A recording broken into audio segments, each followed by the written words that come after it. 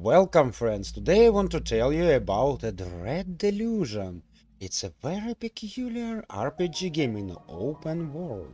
The world that was created by Madman, the world of delusion, a broken world, and now it suffers from undead curse, the world that consists of islands just floating in the air. And when I first time started this game, I think to myself, what is that? The picture was terrible, my eyes was bleeding, the world around me make no sense at all, everything was so crazy.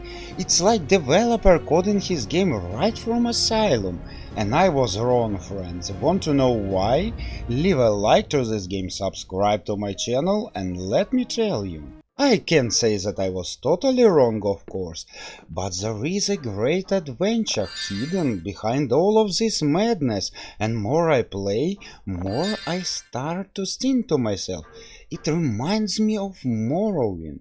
Of course, it's not a Morrowind, or maybe I can call it a Morrowind light version. Right now, Dread Delusion is in early access and you can complete all content in 8 to 10 hours, and the game feels a little bit unfinished. But it isn't finished, it's in early access. The world around you will be so unusual, so weird and bizarre.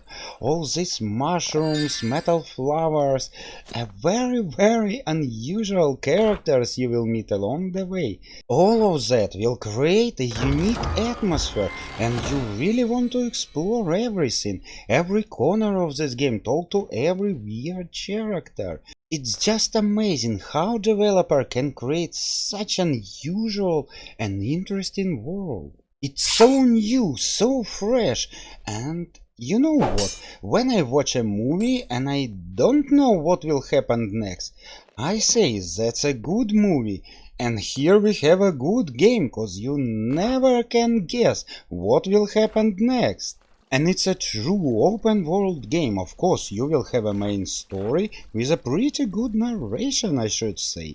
But nobody's stopping you from going in any direction and exploring everything what you like. And there will be a lot of side quests, and they are pretty good also. And during your adventures you will have to make choices, and choices is really matters here, cause in the end you can be selfish and gain a lot of power and rise yourself, or you can save this world. Choice is completely up to you. It's time to take a look at your character creation. Everything is pretty basic here. You can be a warrior, a thief, a mage, or some kind of talking person, a noble person. But all these stats have a very big influence on your gameplay. All of these stats are connected to certain skills, and it will influence your gameplay a lot. If you choose to be a warrior, you will be able to bash at doors and will be good at fighting. Thief will be good in lockpicking, and you can avoid some fighting by doing this. And of course, if you're a mage, you're very good at lore. Lore will also play a very important part. For example, you can find a secret door. And if you choose to be a noble and will be good at talking, you can avoid combat at all, cause you will have a skill named charm. And it's very important, you can just talk to your enemies and avoid any combat at all. Okay, let's choose this one, and you see, we have a next choice, and it will increase your skill. Good at attacking, good at lockpicking, good at lore, and good at charm. Okay, let's choose it. And now, additional, you will gain defense, agility, spellcast, or barter. I will choose a spellcast. And that's all. We start in a prison by all good traditions. Do you remember other game in which you start in a prison? And even this prison, look how atmospheric it is. All that flies flying around. Oh my god, it done so good. Look at that. Amazing. And now let's take a quick look at our character. So we have Inventory, everything is pretty simple here. We have some kind of equipment, few pieces of armor, few rings, nothing special.